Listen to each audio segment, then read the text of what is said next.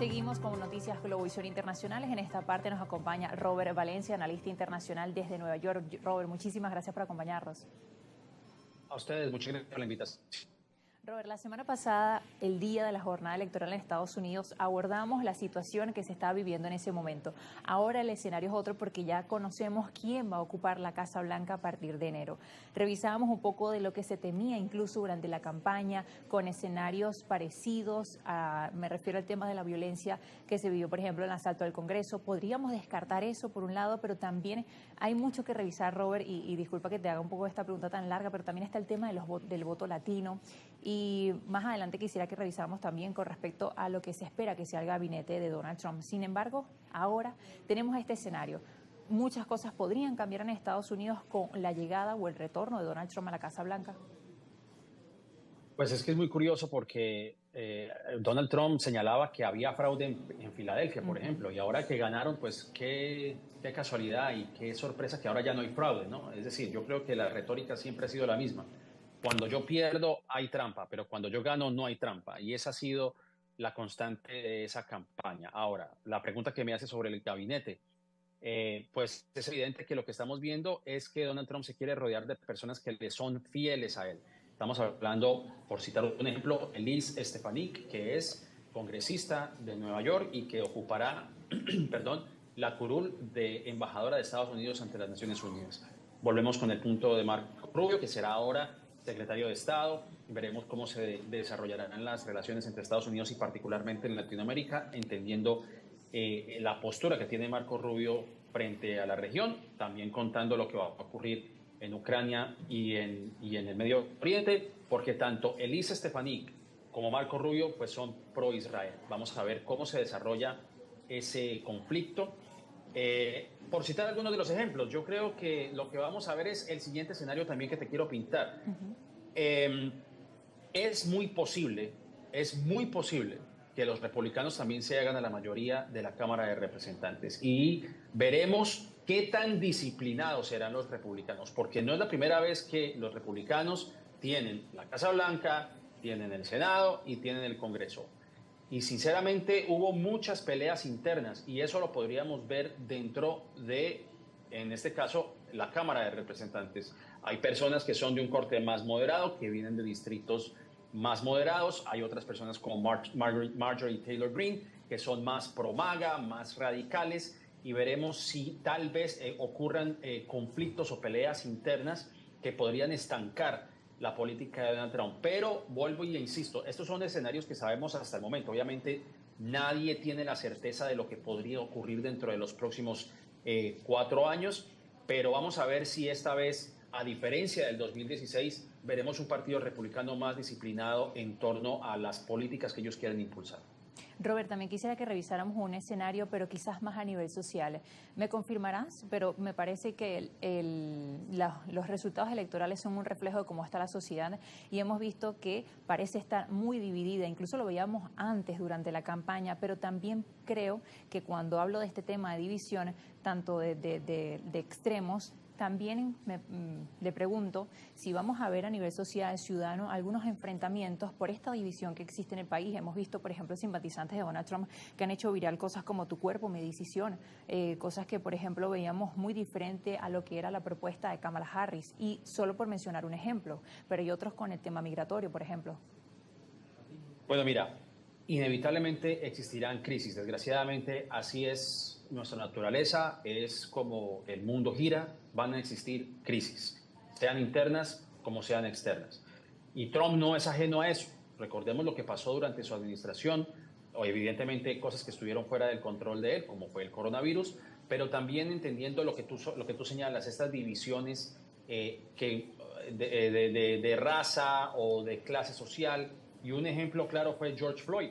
Lo que ocurrió con George Floyd, nadie se nos puede olvidar esas imágenes dantescas de su muerte que llevó a masivas protestas y que hubo un remesón, un sacudón social en Estados Unidos que llevó a programas a nivel corporativo y a nivel del sector público que se conoce como la diversidad, equidad e inclusión, que fueron programas diseñados para incorporar o para darle realce a las minorías estadounidenses a tener participación en esas huestes, en esos círculos. Ahora, veremos cómo va a manejar esas crisis Donald Trump.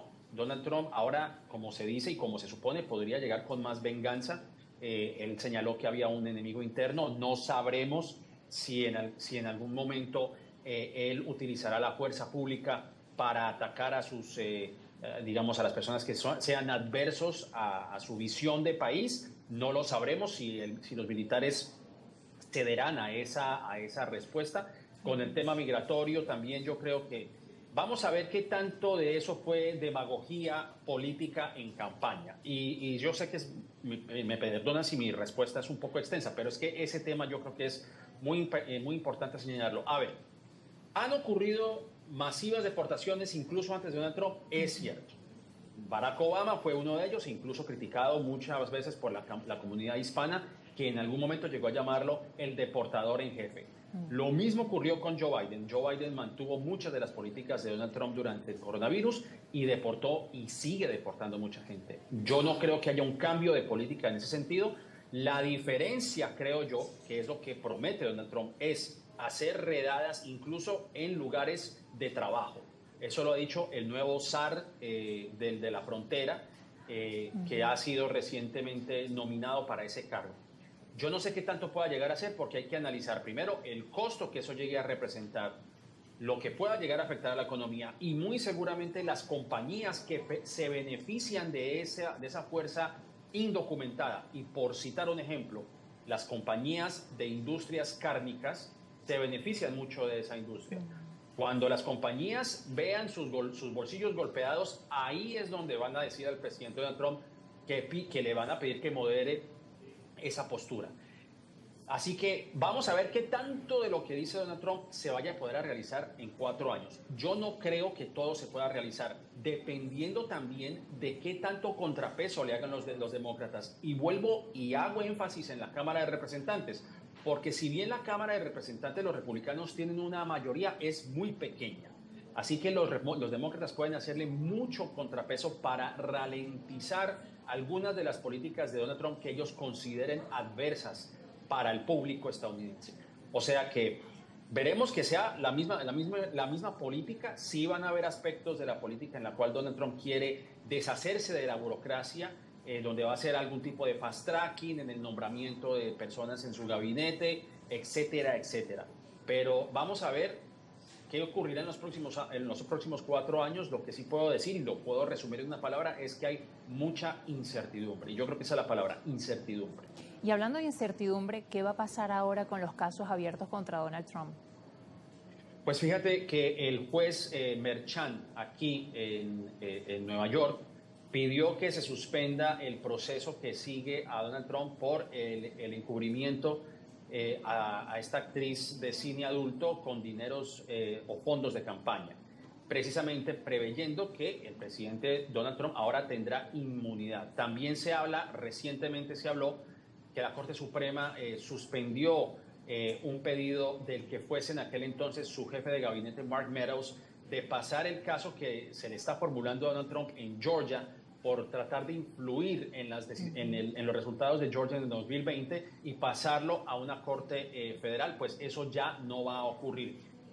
Pero a grandes rasgos lo más probable es que Donald Trump pues se despoje de esos cargos porque ya tiene inmunidad. Lo va a solicitar a través del Departamento de Justicia. Vamos a ver quién será el próximo fiscal general que acompañará a Donald Trump, pero muy posiblemente yo creo que ese ha sido el premio gordo para Donald Trump, el que ya siendo presidente, a pesar de todas las evidencias y de todo lo que hemos visto de su clara participación en todos estos procesos, pues siendo presidente pues ya no tendrá que enfrentar cargos precisamente por eso, por ser presidente y tener esa investidura. Así que creo que para Donald Trump será un gran alivio hacerse a eso y posiblemente le condone el perdón a muchas de las personas que se tomaron el Capitolio el 6 de enero del 2021. Muchísimas gracias, Robert, por acompañarnos. Bueno, veremos lo que sucederá el 6 y 20 de enero. así será, vamos a ver. Robert Valencia, analista internacional desde Nueva York, nos acompañaba para analizar a lo que será este retorno de Donald Trump a la Casa Blanca. Importante mencionar también que se gobernará el país, Donald Trump siendo ya el de mayor edad que ha gobernado Estados Unidos. También otro dato curioso con respecto al retorno de Donald Trump a la Casa Blanca. Ya regresamos con más.